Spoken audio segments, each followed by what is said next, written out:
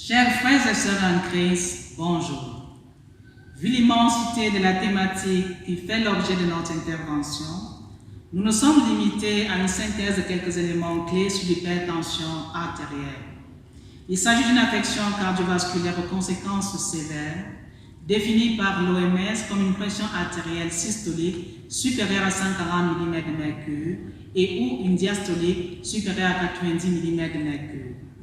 Selon le bulletin épidémiologique hebdomadaire Santé publique numéro 10 du 24 avril 2018 en France, l'hypertension artérielle est la maladie cardiovasculaire la plus fréquente et constitue même la première pathologie chronique en France. On estime qu'un adulte sur 3 est touché. Son incidence augmente avec l'âge et concernerait ainsi moins de 10% des 18 à 34 ans, contre plus de 65% après 55 ans. La maladie étant le plus souvent silencieuse, de nombreuses personnes ignorent qu'elles sont touchées. Seule une personne hypertendue sur 2 aurait connaissance de son hypertension. Parmi elles, une sur 2 seulement serait traitée par des médicaments antihypertenseurs. Enfin, une personne traitée sur 2 aurait une pression artérielle normalisée. Des chiffres qui permettent de comprendre l'ampleur de l'enjeu de santé publique que représente la maladie, son diagnostic et son traitement. Dans l'immense majorité des cas, l'hypertension artérielle est dite essentielle parce qu'aucune cause connue ne peut expliquer son apparition. Le trouble apparaît insidieusement et silencieusement, d'autant plus précocement que le sujet est exposé à certains facteurs de risque, dont le vieillissement, qui favorise la perte d'élasticité des artères et constituerait le premier facteur de risque non modifiable. D'autres facteurs de risque sont déterminés par des habitudes ou une hygiène de vie qu'il est possible de modifier, à savoir la surcharge pondérale, la sédentarité, une consommation élevée de sel, de tabac ou encore d'alcool.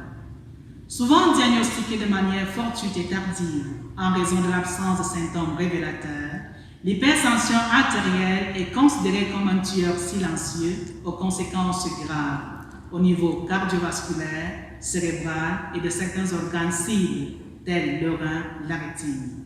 L'on peut ainsi aboutir à un accident vasculaire cérébral, une cardiopathie ischémique à type d'angine de poitrine ou d'infarctus du myocarde, une insuffisance rénale chronique, une rétinopathie, une maladie neurodégénérative à type d'Alzheimer ou autre.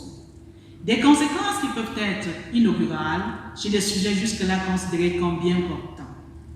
Une affaire de tous, telle que le démontrent des spécialistes en cardiologie lors de la conférence publique sur l'hypertension artérielle tenue à la clinique de Genolier en Suisse en janvier 2019. L'hypertension concerne plus du tiers de la population mondiale et constituerait la première cause de mortalité cardiovasculaire dans le monde, avec plus de 10 millions de décès par année. Et donc, nous sommes tous concernés.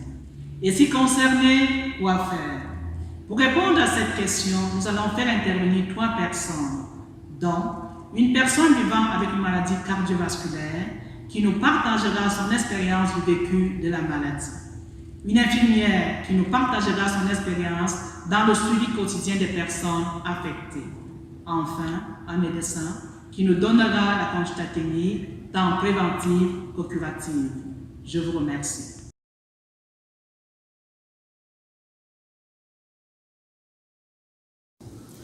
Hello, dear brothers and sisters in Christ. I'm Sister Eugenie Vettinga Ebolo, servant of the Holy Heart of Mary.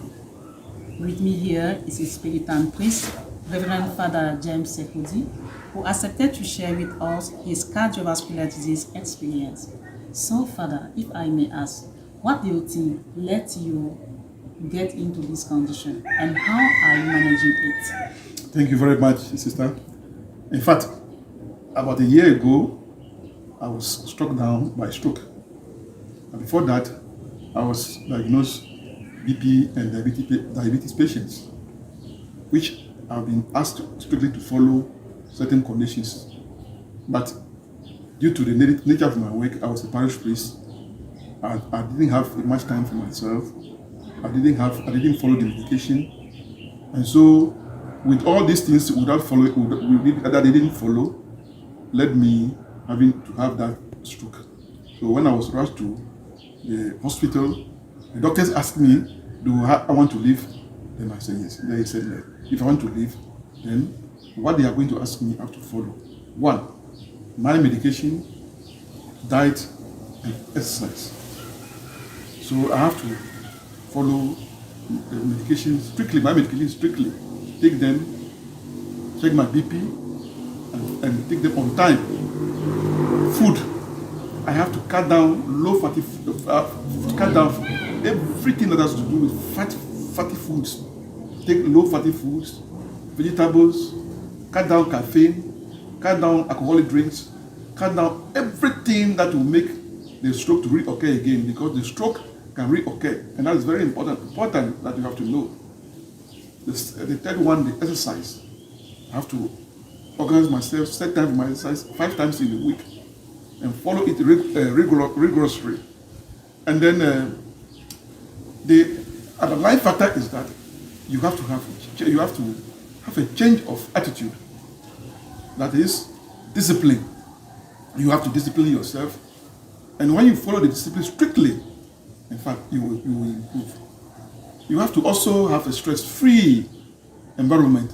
Nobody should give you stress. You must be very happy. You must be a happy person.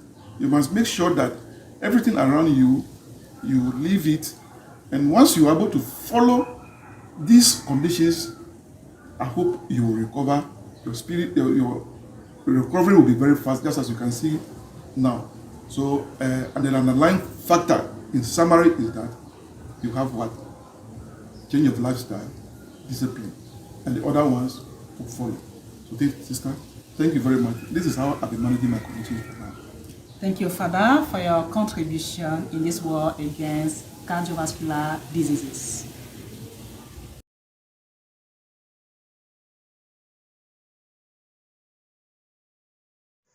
Hello to everyone. I'm pleased to share with you my experience caring for my mom, a post-stroke patient aged 76. As a nurse, I started by identifying her unsatisfied needs according to the 14 needs of Virginia Anderson. It's very necessary to note that the consequences of her stroke or the secondary effects were mostly located around her sense organs, which impaired her seeing, smelling, and feeling abilities. Firstly, she was unable to breathe on her own due to an alteration in her sinuses, which made it difficult in breathing. So we had to re-educate her on breathing, like closing one nose and breathing, taking in air from the other and expelling from the other, and also seeing with her the positions which favored her breathing easily, like in the sitting position. Secondly, we also realized that there was a decrease in her ability to eat due to a decrease in the sensitivity of her teeth and jaw bones. We had to re-educate her on what to eat, preparing less salty meals, and encouraging her to take vegetables and fruits, mostly in packed form. We also had to watch over her liquid intake, like planning her taking water, a glass of water every 2 hours, to replace the other unsatisfied needs, which was urine retention. And this we had to place her on a urine bag, and later place her on diapers to help conserve her energy. There was also an inability to move and maintain suitable postures, and to ameliorate this, we called for a physiotherapist who did massage and also encouraged her moving around the house in the evenings. Her ability to communicate with others and expressing her emotions and fears were also watched over. by creating a forum for her to talk with her children and express herself, although um, verbally not so audible, but that also helped maintain and kept her going. Knowing fully that she was someone so attached to her religion and faith, we invited a priest to come do her confession and the sacrament of the sick, which also helped her to better accept her state and entrust herself to God. And her giving her room to help during the preparation of her meals also helped her feel self-accomplished. I was glad to share to you this experience, hoping it's going to help anyone dealing with a patient or a relative with post-stroke situations. Thanks for listening.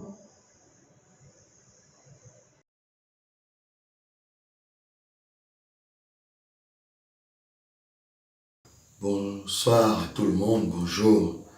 Je suis le docteur Bala Franck Cédric, médecin généraliste en service à l'hôpital Saint-Rosaire de Mbalmayo.